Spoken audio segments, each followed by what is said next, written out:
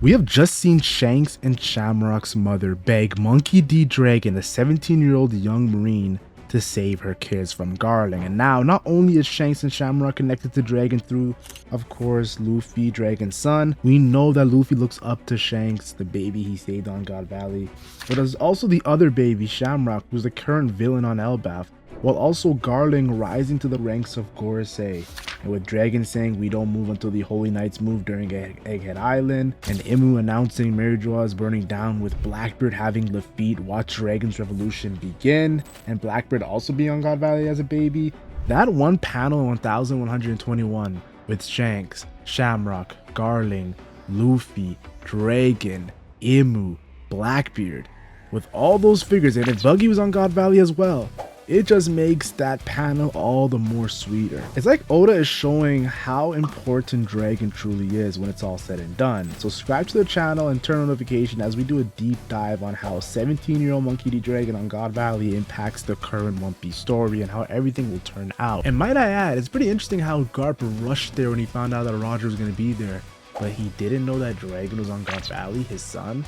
Is Oda trying to imply something between Garp and Dragon? Because the relationship has always been weird to me as father and son. Now we know during Lockdown, that was the first time we ever seen Monkey D. Dragon. He did cool things, summoning lightning to save Luffy, causing wind to save Luffy from Smoker. Like, he just did a lot of cool things on Lockdown. But one of my favorite moments is when you see a Roger quote and him saying, a pirate, yeah, that's fine too. When it comes to him being on God Valley and seeing Roger beat Rocks and Whitebeard, Big Mom, Kaido, all the Monster Rocks pirates, with of course the Roger pirates as well, the Pirate King crew before they were the Pirate King crew. Yeah, Dragon has some respect for some legendary pirate figures. And then him being at Roger's execution after he found the One Piece and putting Shanks on Roger's ship as well.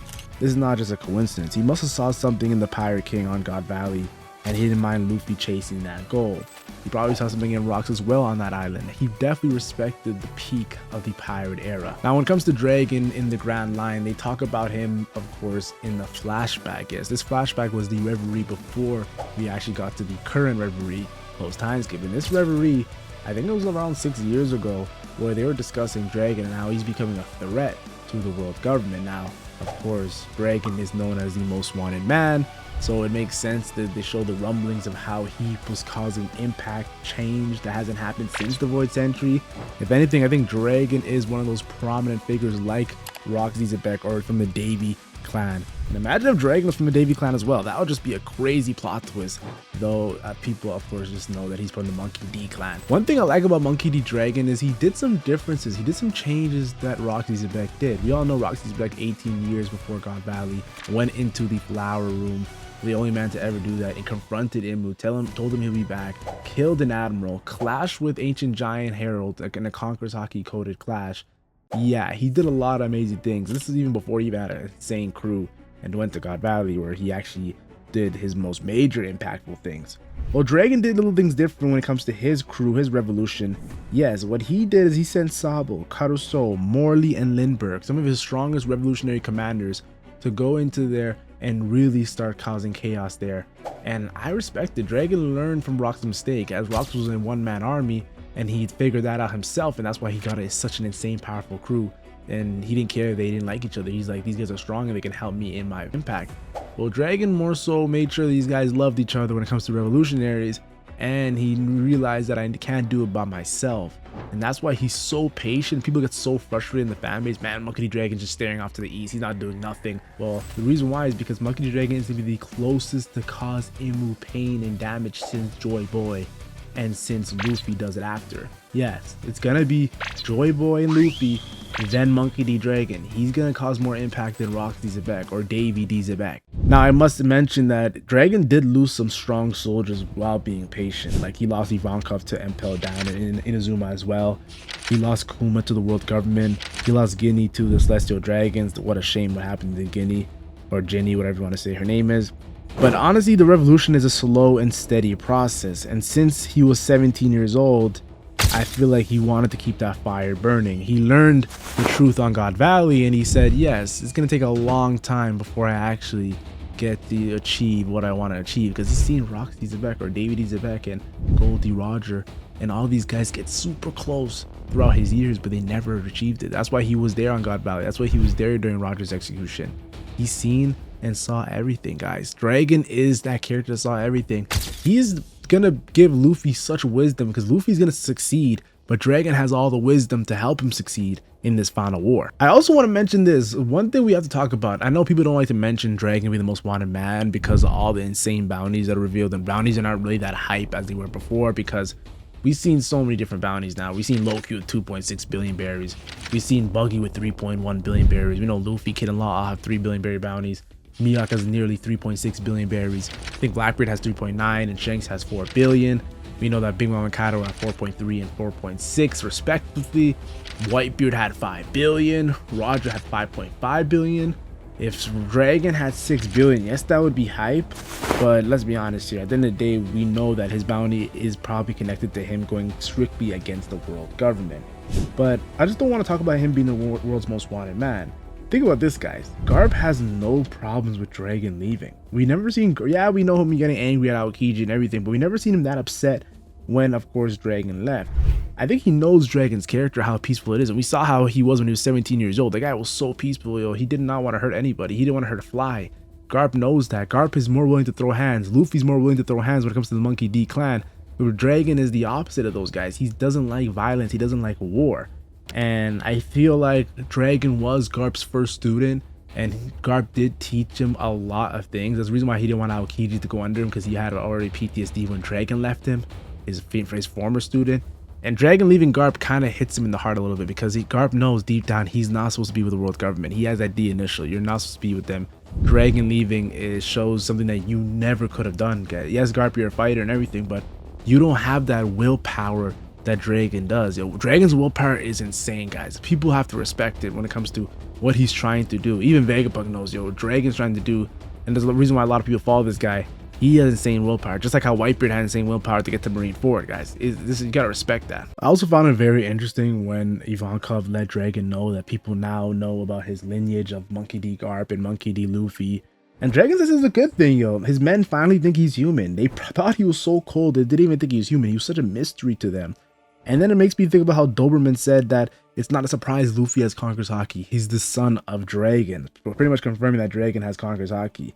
And Garp said, oh, he was born with it too. So we know that Garp believes that Dragon has it as well.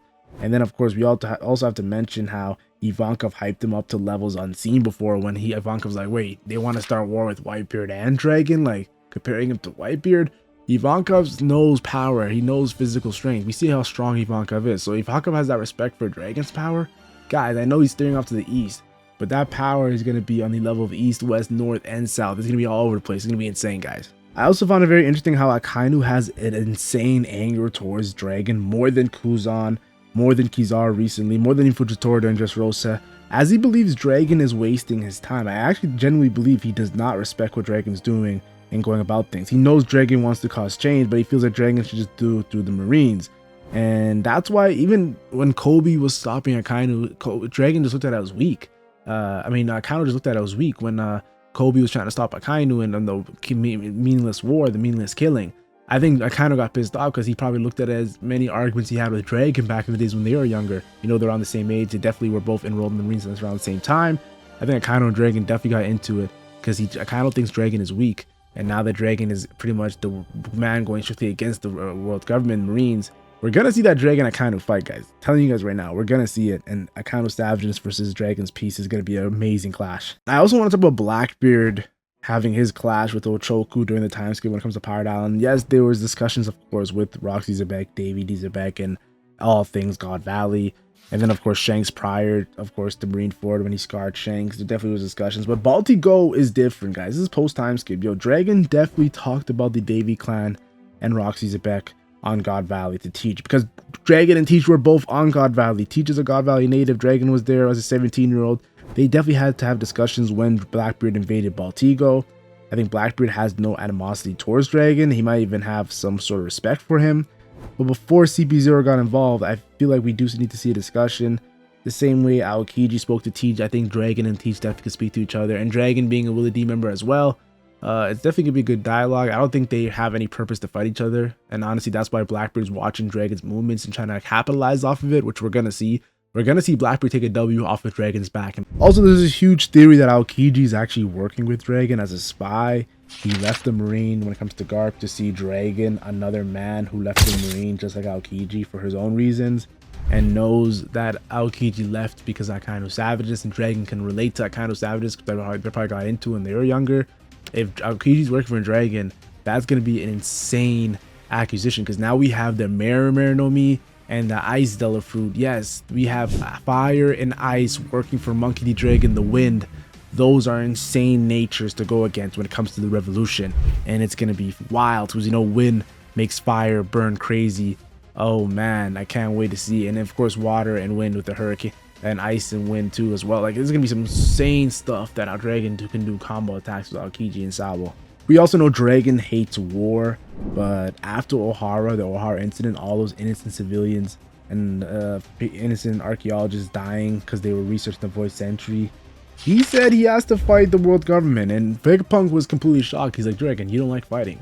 But the fact that Dragon said that shows that they really pushed Dragon past the limit now. He wants to smoke. He wants to throw hands. Yes, he's going to do it his way and very patient and very meticulous, but Dragon wanting to fight, that's a real big deal. The world government has pushed Dragon this far. A guy who just wanted to do it through peace, now he has to do it through fight. And that's why a year later he started the revolutionaries. It went from freedom fighters to the revolution. We also see very interesting moments of like Dragon telling Kuma he used to be a Marine, and then also we see the moment of Dragon telling Kuma that Luffy's his weakness, and of course the meme of him always looking east. But yeah, because his son is in the East Blue. There's a reason why he went to go save Luffy. Well, he didn't really save Luffy, but he kind of did save Luffy and locked him. I'm talking about in the flashback. He saved Sabo, but he was there when Luffy was there as well. We know that he visited Luffy and was watching over him, but he doesn't want to show himself to Luffy yet. I think that's going to be an iconic meeting that's going to happen sooner than you guys think, guys. We're in the final saga, and not just in the beginning of the final saga like Egghead Island. Yo, we're actually deep in the final saga in Elbaf Island. I also want to talk about Figureland Garling and God Valley, and now he's a Gorosei, and how I think he's actually the strongest Gorosei. I think that's the perfect opponent for Dragon before he reaches Imu. I think defeating the strongest Gorosei and Garling, who was on God Valley, who you do have a connection with when it comes to his son Shanks and Shamrock, and how you saved him, and you met, of course, the former lady of Garling who asked to save the kids.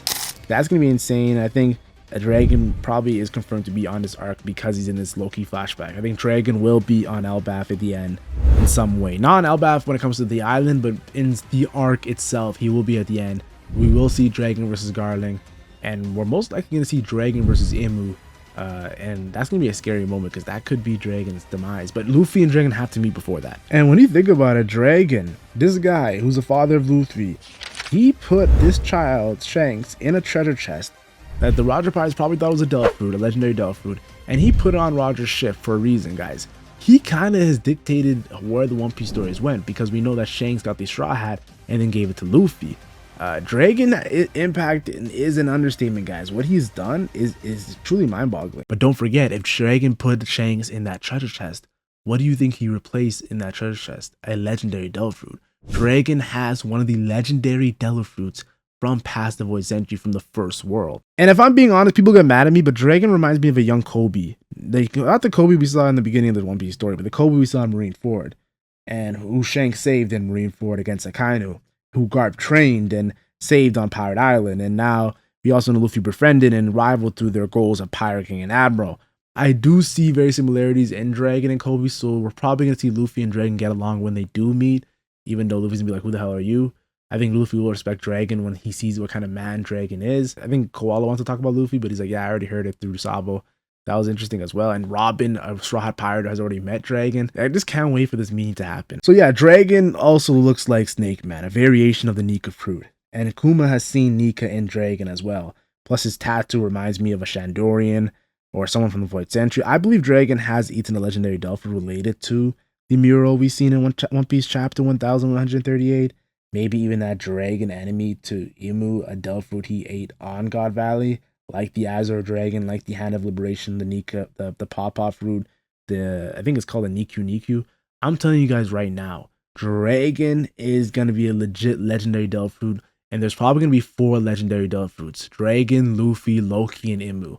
And with Blackbeard having the, of course, Yami no Mi and Gurgur no Mi, I wouldn't even mind him having a legendary Delph from God Valley as well, making it 6 legendary Delphus. Maybe that's why they had 6 treasure chests shown in the Egghead Island God Valley flashback, and they changed it to 9. Of course, adding the Azure Dragon and the Kuma's Delphoot as well, and probably a special one that we don't know about yet.